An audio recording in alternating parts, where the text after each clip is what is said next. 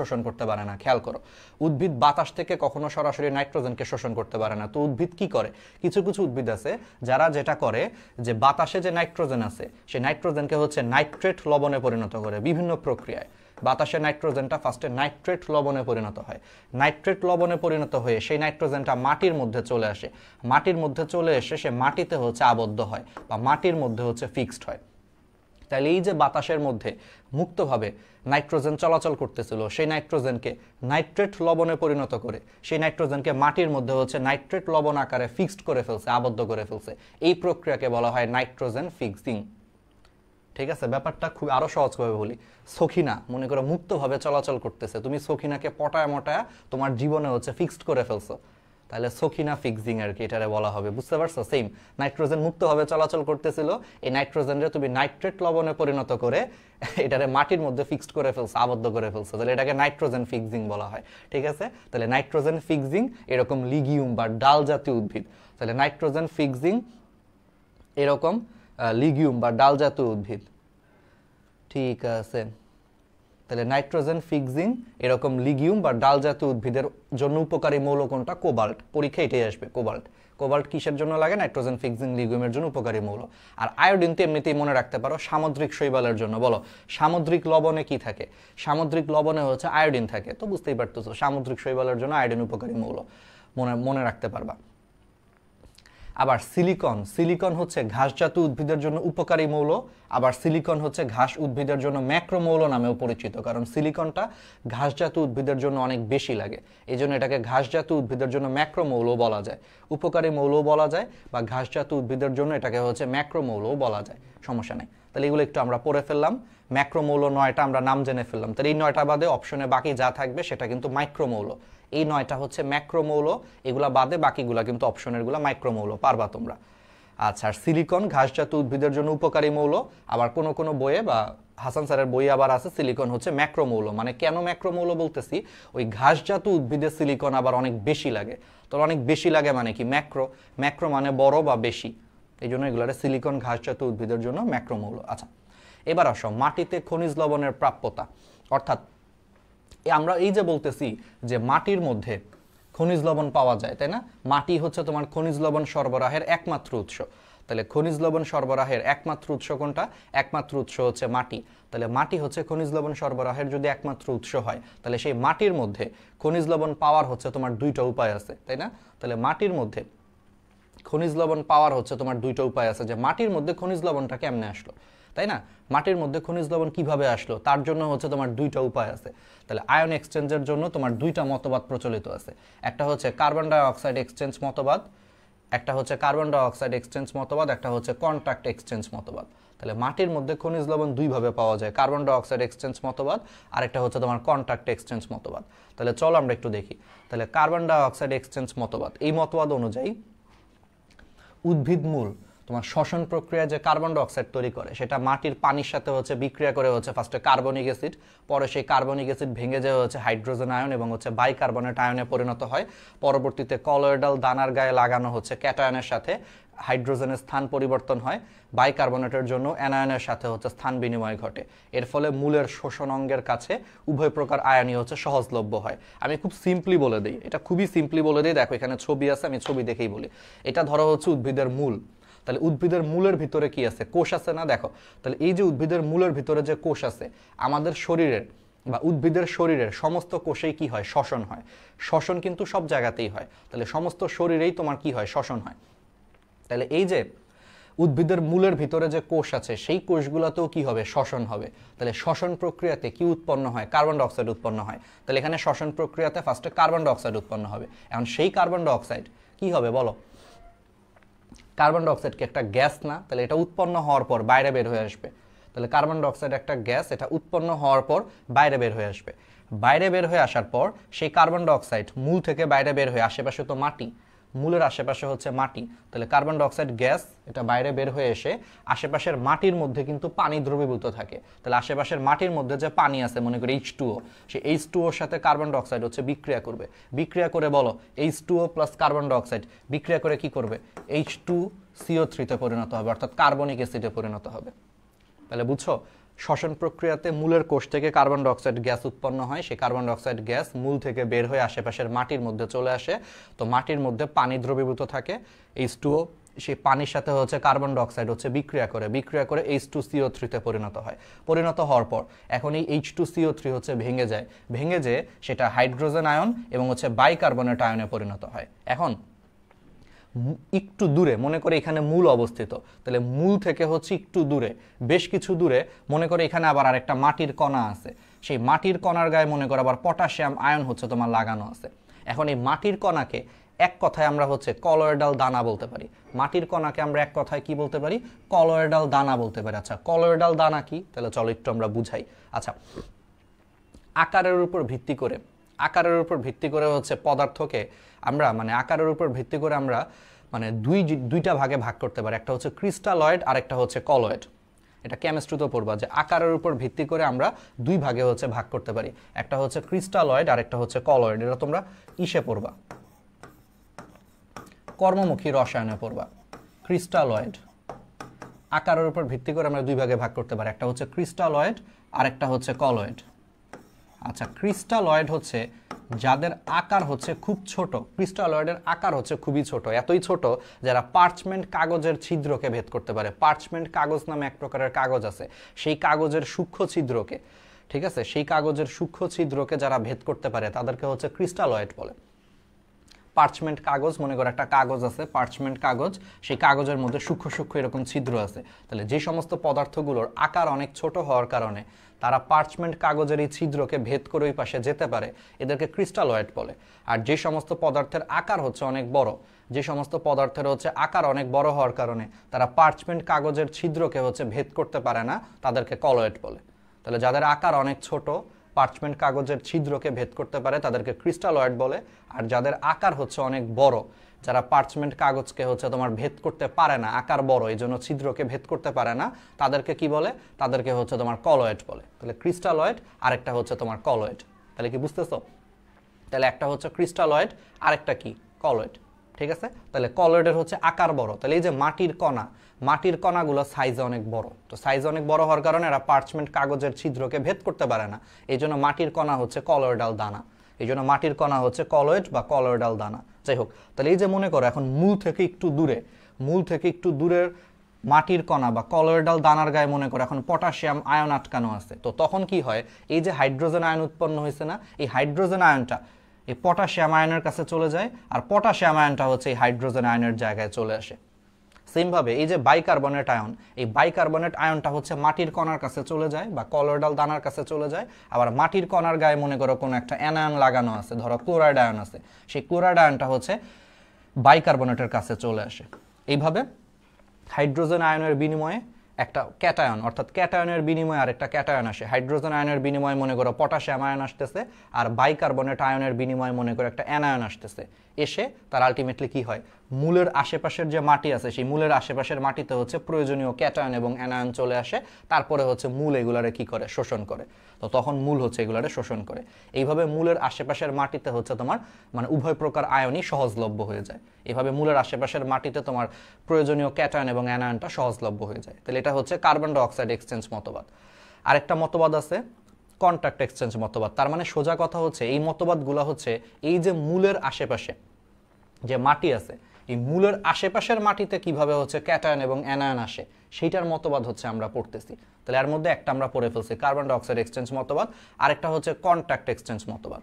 ঠিক আছে, এই কন্ট্যাক্ট এক্সচেঞ্জ মতবাদটা হচ্ছে, দেখো এই মতবাদ অনুযায়ী কলয়েডাল দানার গায়ে, তুমি এখন বুঝতেই পারতেছো যে কলয়েডাল দানা মানে হচ্ছে তোমার মাটির কণা, তুমি অলরেডি এখন বুঝতে পারতেছো, কারণ মাটির কণার হচ্ছে আকার বড় হওয়ার কারণে এগুলা পার্চমেন্ট কাগজের ছিদ্রকে ভেদ করতে পারে না, এই জন্য এগুলা হচ্ছে কলয়েড আর কি। তাহলে এই মতবাদ অনুযায়ী কলয়েডাল দানা বা মাটির কণার গায়ে লাগানো যে আয়নগুলো আছে সেগুলো স্থির অবস্থায় থাকে না, এবং এই আয়নসমূহ কলয়েডাল দানার গায়ে হচ্ছে তোমার স্বল্প জায়গায় তোমার হচ্ছে কি হতে থাকে? কম্পিত হতে থাকে। এখন মূলের গায়ের যে আয়নসমূহ, মূলের গায়ের হচ্ছে আয়নসমূহ একইভাবে হচ্ছে তোমার কম্পিত হতে থাকে। এইভাবে দুই অবস্থানের আয়নসমূহের কম্পনের স্থান যদি সাধারণ অবস্থায় চলে আসে, অর্থাৎ যুগপথ হয়, তবেই ক্যাটায়ন এক্সচেঞ্জ তথা এক ক্যাটায়নের সঙ্গে অন্য ক্যাটায়নের হচ্ছে তোমার বিনিময় সংঘটিত হয়। এইভাবেই মূলের জন্য হচ্ছে আয়ন সহজলভ্য হয়। মানে ব্যাপারটা এরকম, আমি ছবি দেখে দেখাই যে মূলের গায়ে মনে করো এখন হাইড্রোজেন আয়ন আছে, হাইড্রোজেন আয়ন লাগানো আছে। আর মনে করো একটু দূরে কলয়েডাল দানা বা মাটির কণার গায়ে মনে করো তোমার পটাশিয়াম আয়ন হচ্ছে লাগানো আছে। এখন দেখা গেছে এই কলয়েডাল দানার গায়ে যেই পটাশিয়াম আয়ন আটকানো আছে সেটা কিন্তু স্থির অবস্থায় থাকে না, এটা কিন্তু কাঁপাকাঁপি করতে থাকে। আবার এই হাইড্রোজেন আয়নটাও যে মূলের গায়ে লাগানো আছে এটাও কিন্তু স্থির অবস্থায় থাকে না, কাঁপাকাঁপি করতে থাকে। তো কাঁপাকাঁপি করতে করতে একটা সময় কি হয়, একই সময়ে যুগপথ বা একই সময়ে পটাশিয়াম আয়নটা লাফ দিয়ে হাইড্রোজেন আয়নের জায়গায় চলে আসে, আবার একই সময়ে হাইড্রোজেন আয়ন হচ্ছে তোমার লাফ দিয়ে মাটির কণার গায়ে চলে যায়। মানে ব্যাপারটা এরকম, আমি এখন তোমাদেরকে লাফ দিয়ে দেখাচ্ছি। ধরো আমি হচ্ছে পটাশিয়াম আয়ন, তাহলে একই সময়ে আমি মাটির কণা থেকে পটাশিয়াম আয়নটা হচ্ছে কম্পিত হয়ে বা লাফ দিয়ে আমি এই যে হাইড্রোজেনের কাছে চলে গেলাম যেখানে হাইড্রোজেন ছিল। আবার একই সময় এখন মনে করো আমি হাইড্রোজেন আয়ন, তাহলে হাইড্রোজেন আয়ন একই সময় হচ্ছে লাফ দিয়ে যেখানে তোমার পটাশিয়াম আয়ন ছিল সেখানে লাফ দিয়ে চলে আসছে। শেষ, বুঝছো? একই সময়ে হয় যে এ লাফ দিয়ে এর জায়গায় চলে আসে, এ লাফ দিয়ে এর জায়গায় চলে আসে, এইভাবে বিনিময় হয়। কন্ট্যাক্ট এক্সচেঞ্জ মতবাদ, এক্সচেঞ্জ মানে বিনিময় করা, কন্ট্যাক্ট এক্সচেঞ্জ মতবাদ। তাহলে এই মতবাদ অনুযায়ী একটা ক্যাটায়নের বিনিময়ে কিন্তু আরেকটা ক্যাটায়ন আসবে। অলওয়েজ মাথায় রাখবে, একটা ক্যাটায়নের বিনিময়ে কিন্তু আরেকটা ক্যাটায়ন আসে। অর্থাৎ এখানে হাইড্রোজেন আয়নের বিনিময়ে পটাশিয়াম আয়নটা মূলের কাছে চলে আসছে। তো মূলের কাছে চলে আসলে তারপরে তো বুঝতেই পারতেছো যে মূলটা পরবর্তীতে এটাকে শোষণ করবে।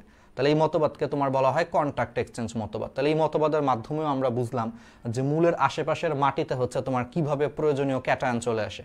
তাহলে এই মতবাদ দুইটার মাধ্যমে মূলের আশেপাশের যে মাটি আছে সেই মাটির মধ্যে হচ্ছে তোমার প্রয়োজনীয় ক্যাটায়নগুলা বা অ্যানায়নগুলা হচ্ছে তোমার চলে আসে। শেষ। এবার আসো উদ্ভিদের খনিজ লবণ পরিশোষণ প্রক্রিয়া। এখানে বেশ কিছু জিনিস ব্যাপার আছে, এগুলা লাগবে না। উদ্ভিদের খনিজ লবণ পরিশোষণ প্রক্রিয়া, হ্যাঁ, এটাকে আমরা দুই ভাগে ভাগ করতে পারি খনিজ লবণ পরিশোষণ প্রক্রিয়াকে। একটা হচ্ছে সক্রিয় পরিশোষণ আর একটা হচ্ছে তোমার নিষ্ক্রিয় পরিশোষণ। তাহলে খনিজ লবণ পরিশোষণ প্রক্রিয়াকে হচ্ছে আমরা কি করতে পারি, দুই ভাগে হচ্ছে ভাগ করতে পারি। একটা হচ্ছে সক্রিয় পরিশোষণ আর একটা হচ্ছে নিষ্ক্রিয় পরিশোষণ। আচ্ছা, সক্রিয় লবণ পরিশোষণ কি দেখো, এটা একটু আমি বুঝাচ্ছি। মাটিস্থ দ্রবণে কোনো আয়নের ঘনত্ব মূলের শোষণ অঞ্চলের কোষরসের সেই আয়নের ঘনত্ব অপেক্ষা কম হলেও দেখা যায় মাটির দ্রবণ হতে ওই আয়ন কোষের অভ্যন্তরে প্রবেশ করছে। ঘনত্ব আনতি বা কনসেন্ট্রেশন গ্রেডিয়েন্টের বিপরীতে হচ্ছে এই শোষণ ঘটে বলে থেকে বিপাকীয় শক্তির প্রয়োজন পড়ে। বিপাকীয় কার্যাবলীর কারণে শ্বসন হার বৃদ্ধি পায়। এই কারণেই এই জাতীয় পরিশোষণকে হচ্ছে সক্রিয় পরিশোষণ বলে। আচ্ছা, অধিকাংশ খনিজ লবণ হচ্ছে সক্রিয় পরিশোষণ পদ্ধতিতেই মূল কর্তৃক পরিশোষিত হয়ে থাকে। আচ্ছা ঠিক আছে, চলো আমরা এটা একটু বুঝি, এই জিনিসটা বুঝি। সক্রিয় লবণ পরিশোষণটা আসলে কি আমরা একটু একবার বুঝি যে ঘনত্ব আনতি বা কনসেন্ট্রেশন গ্রেডিয়েন্ট বলতে আসলে কি বোঝায়। চলো আমরা একটু দেখি। ধরো এটা হচ্ছে একটা মূল, এটা কি, এটা মনে করো হচ্ছে একটা মূল, হ্যাঁ, এটা যদি মনে করো একটা মূল হয় তাহলে এখন তুমি আমাকে সিম্পলি বলো এটা একটা মূল। ধরো মূলের অভ্যন্তরে কি আছে, মূলের অভ্যন্তরে হচ্ছে কোষ আছে, সেই কোষের মধ্যে যে কোষ রস আছে, ধরো সেই কোষ রসে কোনো লবণের ঘনত্ব হচ্ছে বেশি। তাহলে মূলের অভ্যন্তরে যে কোষ রস আছে সেই কোষ রসে মনে করো লবণের ঘনত্ব হচ্ছে বেশি। আর মূলের আশেপাশের যে মাটি আছে, আশেপাশের মাটিতে মনে করো সেই লবণের ঘনত্ব হচ্ছে কম। তাইলে নিয়ম কি, নিয়ম হচ্ছে বেশি ঘনত্ব থেকে কম ঘনত্বের দিকে হচ্ছে লবণ যাওয়ার কথা ছিল। কারণ আমরা সবসময় জানি যে ব্যাপন পদ্ধতিতে কি হয়, ব্যাপন প্রক্রিয়াতে বেশি ঘনত্ব থেকে কম ঘনত্বের দিকে আসার কথা ছিল। তার মানে নর্মাল নিয়মে এইখানে ঘনত্ব বেশি, এখানে ঘনত্ব কম, তাহলে বেশি ঘনত্ব থেকে কম ঘনত্বের দিকে হচ্ছে তোমার খনিজ লবণের চলে আসা উচিত ছিল। তার মানে মূল থেকে লবণ বের হয়ে মাটিতে চলে আসার কথা ছিল। কিন্তু বাস্তবে যেটা হয় যে এইখানে ঘনত্ব কম, কিন্তু ঘনত্ব কম হওয়ার পরও এখান থেকে লবণগুলো হচ্ছে মূলের কোষ রসের ভিতরে হচ্ছে চলে যায়। তাহলে এই যে কম ঘনত্ব থেকে বেশি ঘনত্বের দিকে যে যাচ্ছে, তাহলে এটা কিন্তু ন্যাচারাল যে নিয়মটা, সেই ন্যাচারাল নিয়মের উল্টা দিকে হচ্ছে। এই ন্যাচারাল নিয়মের উল্টা দিকে হওয়ার কারণে এটাকে বলা হয় ঘনত্ব আনতির বিপরীত দিকে যাচ্ছে। ঘনত্ব আনতি বা কনসেন্ট্রেশন গ্রেডিয়েন্টের বিপরীত দিকে যাচ্ছে। ঘনত্ব আনতি বা এটাকে এই জন্য বলা হয় কনসেন্ট্রেশন গ্রেডিয়েন্টের বিপরীতে যাচ্ছে। কনসেন্ট্রেশন গ্রেডিয়েন্ট, কনসেন্ট্রেশন গ্রেডিয়েন্ট এর বিপরীতে যাচ্ছে। কারণ কনসেন্ট্রেশন গ্রেডিয়েন্ট যদি তুমি চিন্তা করো, গ্রেডিয়েন্ট মানে পার্থক্য, বা ঘনত্ব আনতি মানে হচ্ছে পার্থক্য, মানে এখানে লবণের ঘনত্ব বেশি এখানে কম, তাহলে নর্মাল নিয়মে বেশি থেকে কমের দিকে যাবে। তাহলে বেশি থেকে কমের দিকে গেলে আমরা বলবো যে এখানে ঘনত্ব আনতির দিকে কাজ হচ্ছে, বা ঘনত্ব আনতি বা কনসেন্ট্রেশন গ্রেডিয়েন্টের দিকে কাজ হচ্ছে। কিন্তু বাস্তবে উল্টা হয়। বাস্তবে দেখা যায় মাটির মধ্যে লবণের ঘনত্ব কম থাকলেও সেই লবণটা হচ্ছে মূলের মধ্যে চলে আসে। তাহলে এখানে ঘনত্ব আনতি বা কনসেন্ট্রেশন গ্রেডিয়েন্টের বিপরীতে হচ্ছে কাজ হচ্ছে। তাহলে ঘনত্ব আনতি বা কনসেন্ট্রেশন গ্রেডিয়েন্টের বিপরীতে হচ্ছে তোমার এই কাজগুলো সংগঠিত হচ্ছে। তো বিপরীতে এই কাজগুলো সংগঠিত হওয়ার কারণে আলটিমেটলি কি হয়, কনসেন্ট্রেশন গ্রেডিয়েন্টের বিপরীতে হচ্ছে তোমার কাজ হচ্ছে। তাহলে বিপরীতে কাজ হচ্ছে, তাহলে এখানে বিপরীতে কাজ করার জন্য বিপাকীয় শক্তি খরচ করতে হয়। তাহলে এদেরকে হচ্ছে বিপাকীয় শক্তি, কারণ এমনি এমনি তো আসবে না। তাহলে এরকম বিপরীতে কাজ করতে গেলে তোমাকে কি করতে হবে, বিপাকীয় শক্তি খরচ করতে হবে, অর্থাৎ এটিপি ভাঙতে হবে। তাইলে যেই লবণ পরিশোষণ প্রক্রিয়ায় ঘনত্ব আনতি বা কনসেন্ট্রেশন গ্রেডিয়েন্টের বিপরীতে কাজ করা হয়, অর্থাৎ কম ঘনত্ব থেকে বেশি ঘনত্বের দিকে লবণকে আনা হয়, এবং যেহেতু বিপরীতে কাজ করতেছে এই জন্য বিপাকীয় শক্তি খরচের দরকার হয়, সেই লবণ পরিশোষণ প্রক্রিয়াকে তোমার হচ্ছে সক্রিয় লবণ পরিশোষণ প্রক্রিয়া বলে। ঠিক আছে, তাহলে আমরা এগুলো পারবো। ওকে, এখন আরেকটা জিনিস তোমরা চিন্তা করো। তাহলে বিপাকীয় শক্তি, এই জিনিসটা তো বুঝলাম। এখন বিপাকীয় শক্তি যদি তোমাকে খরচ করতে হয়, বিপাকীয় শক্তি খরচ করা মানে কি, তোমাকে এটিপি খরচ করতে হবে, রাইট?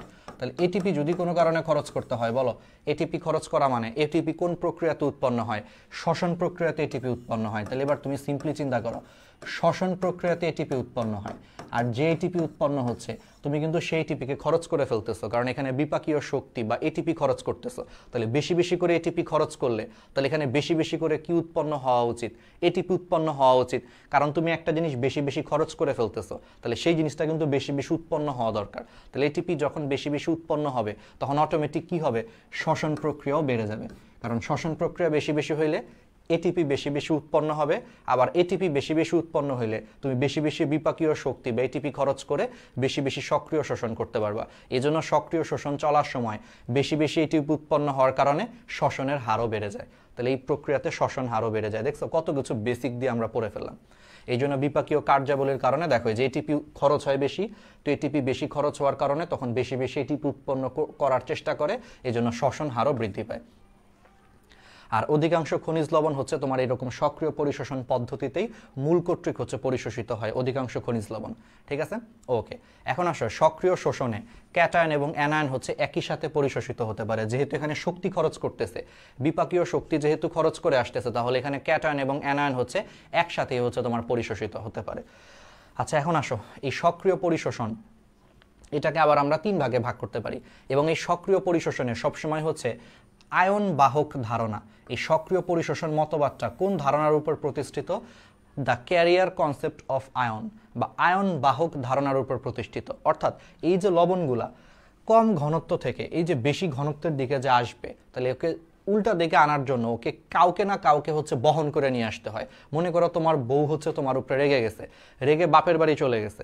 এখন তোমার বউরে যদি বাপের বাড়ি থেকে যদি আনতে হয়, তোমারে কিন্তু যে আনতে হবে, রাগ করে গেছে। তুমি যদি ফোন দিয়ে বলো এই চলে আসো আমার বাসায়, জীবনও আসবে না, সে ফোনই ধরবে না, বা দেখবা মুখের উপরে ফোন কেটে দিবে। তো তোমাকে কি করতে হবে, তাকে যে তারে বহন করে নিয়ে আসতে হবে। তাহলে এখানেও সেম, কম ঘনত্ব থেকে বেশি ঘনত্বের দিকে জীবনও সে আসবে না, ইচ্ছা করে আসবে না। তাহলে কি করতে হবে, কাউকে পাঠায়া তারে হচ্ছে নিয়ে আসতে হবে। ঠিক আছে, কাউকে পাঠায়া হচ্ছে নিয়ে আসতে হবে। সো আলটিমেটলি কি করতে হবে, এই লবণটাকে হচ্ছে নিয়ে আসতে হবে। তো এই যে কাউকে পাঠায়া নিয়ে আসতেছে, তার মানে এখানে অবশ্যই কি লাগবে, আয়ন বাহক লাগবে, যে এই লবণের আয়নকে বহন করে নিয়ে আসবে, যে এই লবণের আয়নকে বহন করে নিয়ে আসবে। এই জন্য সক্রিয় পরিশোষণে অবশ্যই হচ্ছে আয়ন বাহক দরকার, আয়ন বাহক ধারণা। এই জন্য সক্রিয় পরিশোষণ কোন ধারণার উপর ভিত্তি করে তৈরি হয়েছে, আয়ন বাহক ধারণার উপর ভিত্তি করে তৈরি হয়েছে। তাহলে বুঝতে পারছো কেন, কারণ তুমি উল্টা দিকে কাজ করে নিয়ে আসতেছো। তোমার বউ রাগ করে চলে গেছে, ওরা অবশ্যই তোমার যে নিয়ে আসতে হবে। এখানেও সেম, উল্টা দিকে কাজ করতেছো, কাউরে না কাউরে পাঠায়া তাকে বহন করে নিয়ে আসতে হবে। এই জন্য সক্রিয় পরিশোষণ আয়ন বাহক ধারণার উপর প্রতিষ্ঠিত। তাহলে এটাকে আমরা 3 ভাগে ভাগ করতে পারি। মানে আয়ন বাহক ধারণা হচ্ছে আবার 3 প্রকারের, লুন্ডেগারের মতবাদ, বা এটার আরেকটা নাম হচ্ছে সাইটোক্রোম পাম্প মতবাদ।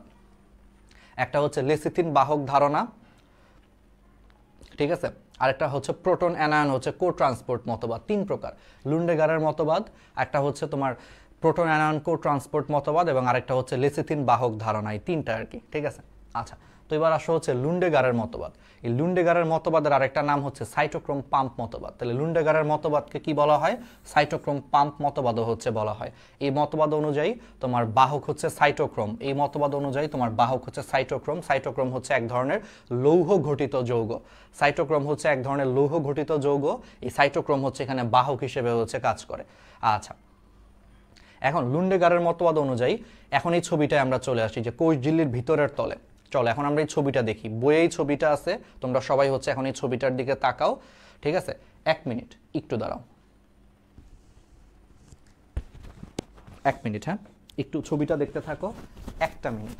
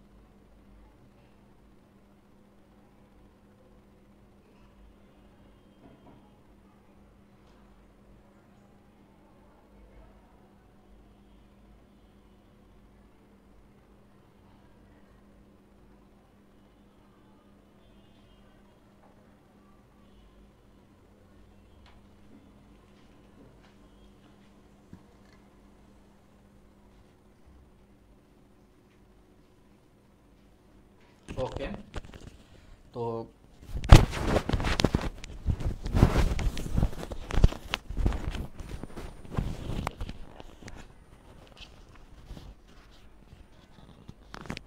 ঠিক আছে, তো তাহলে একটু খেয়াল করে দেখো যেটা বলতেছিলাম। তাহলে লুন্ডেগারের মতবাদে হচ্ছে এই পুরাটা হচ্ছে কোষঝিল্লি। ছবি আঁকার দরকার নেই, বইয়ে আছে, হাসান স্যারের বইয়ের একটু ছবিটার দিকে তাকাও, আমি ছবিটা দেখেই বুঝাই দিই। এই পুরাটা হচ্ছে কোষঝিল্লি, মানে এই পুরা মোটা অংশটা হচ্ছে তোমার কোষঝিল্লি। এটা হচ্ছে কোষঝিল্লির ভিতরের অংশ, আর এটা হচ্ছে কোষের ভিতরের দিক। আর এইটুকু অংশ হচ্ছে কোষঝিল্লির বাইরের অংশ, এবং এটা হচ্ছে কোষের বাইরের দিক। তাহলে যেটা প্রথমে হয়, যেটা সবার প্রথমে হবে যে কোষঝিল্লির ভিতরের তলে ডিহাইড্রোজেনেজ এনজাইম হচ্ছে ফার্স্টে বিক্রিয়া করবে। কোষঝিল্লির ভিতরের তলে কি করবে? ডিহাইড্রোজেনেজ এনজাইম হচ্ছে ফার্স্টে বিক্রিয়া করবে। ঠিক আছে, বিক্রিয়া করলে ডিহাইড্রোজেনেজ সে একটা মানে পানিকে হচ্ছে সে ভেঙে ফেলবে। ডিহাইড্রোজেনেজ এনজাইমের বিক্রিয়ার ফলে হচ্ছে তোমার হাইড্রোজেন ভেঙে যাবে। হাইড্রোজেন ভেঙে হচ্ছে তোমার হাইড্রোজেন আয়ন এবং হচ্ছে তোমার ইলেকট্রন উৎপন্ন করবে কোষঝিল্লির ভিতরের তলে। দেখো, ডিহাইড্রোজেনেজ এনজাইমের বিক্রিয়ার ফলে হচ্ছে হাইড্রোজেন ভেঙে হচ্ছে প্রোটন এবং হচ্ছে তোমার ইলেকট্রন সৃষ্টি হয়। ঠিক আছে, তাহলে ভিতরের তলে, এই তলে একটা এনজাইম আছে, সেই এনজাইমটার নাম হলো ডিহাইড্রোজেনেজ এনজাইম। ডি মানে ডিলিট করা, ডি মানে ডিলিট করা, সে হাইড্রোজেনকে ডিলিট করে ফেলবে। হাইড্রোজেনকে ডিলিট করে ফেলবে মানে কি? সে হাইড্রোজেনকে ভাঙবে। বলো, একটা হাইড্রোজেনকে যদি কেউ ভেঙে ফেলে তাহলে সেখান থেকে কি আসবে? হাইড্রোজেন আয়ন বা প্রোটন আসবে এবং হচ্ছে ইলেকট্রন আসবে। তো ডিহাইড্রোজেনেজ এই কাজটা করবে, সে ডিলিট করে দিবে। তার মানে সে হাইড্রোজেনকে ডিলিট করে দিয়ে সে হাইড্রোজেন আয়ন এবং হচ্ছে ইলেকট্রন উৎপন্ন করবে। যে হাইড্রোজেন আয়ন পাওয়া যাবে সেই হাইড্রোজেন আয়নটা কোষঝিল্লির ভিতরের তল থেকে বাইরের তলে চলে আসবে। আর যেই ইলেকট্রনটা উৎপন্ন হবে সেই ইলেকট্রনটা হচ্ছে তোমার সাইটোক্রোম চেইনের কাছে চলে যাবে। এই যেটা হচ্ছে সাইটোক্রোম চেইন, সাইটোক্রোম চেইনের কাছে হচ্ছে তোমার চলে যাবে। ঠিক আছে, আচ্ছা আজান দিচ্ছে, হ্যাঁ আমরা একটু আজানের ইটা শেষ করি, হ্যাঁ আজানটা একটু শেষ হোক, তারপর আমরা শুরু করতেছি। দাঁড়াও।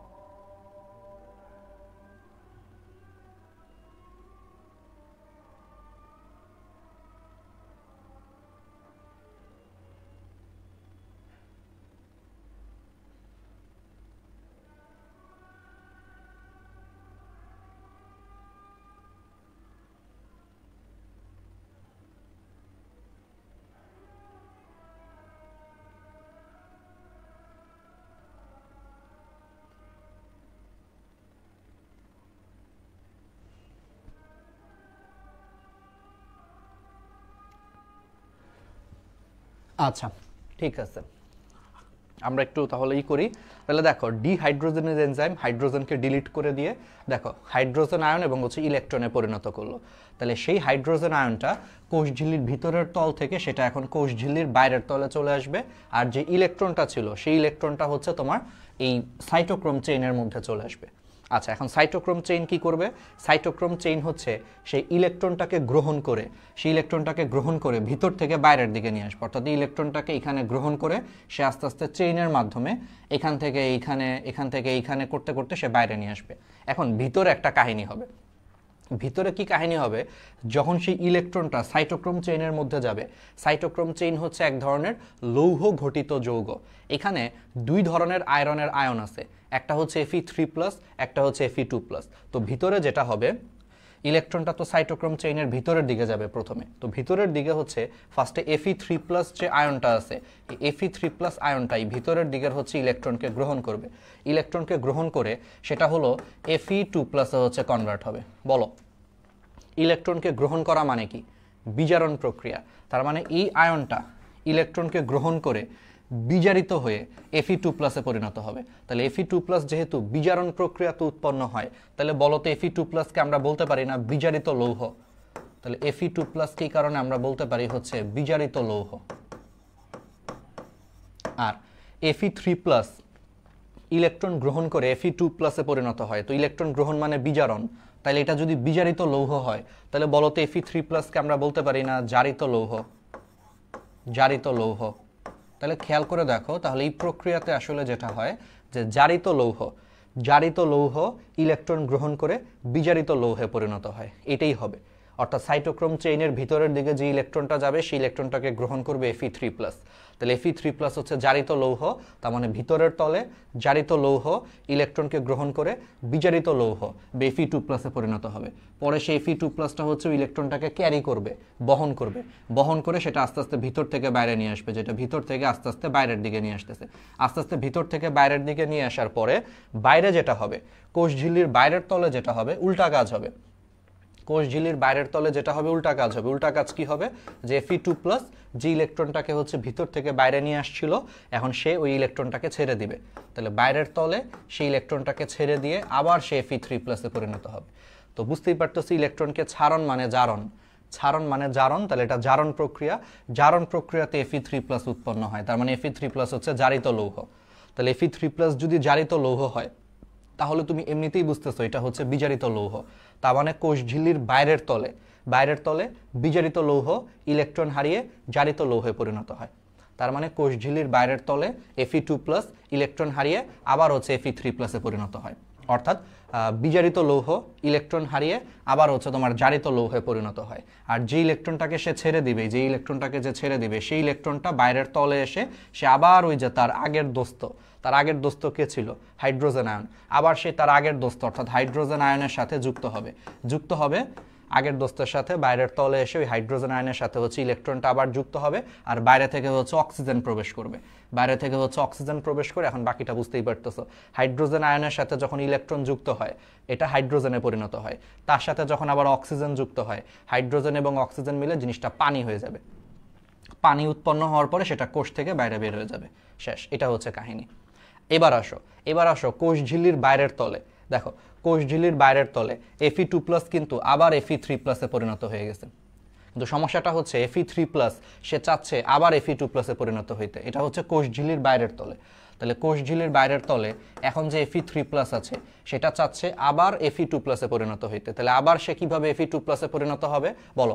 আর তো ইলেকট্রন নাই, কারণ ইলেকট্রনটা কিন্তু চলে গেছে। দেখো, ইলেকট্রনটা কিন্তু চলে গেছে, কিন্তু এখন Fe3+ চাচ্ছে আবার Fe2+ কনভার্ট হইতে। বাট প্রবলেমটা হচ্ছে ইলেকট্রন তো নাই, ইলেকট্রনটা তো পানি তৈরি করে ফেলছে। তাহলে তারে কি করতে হবে? এখন ইলেকট্রনের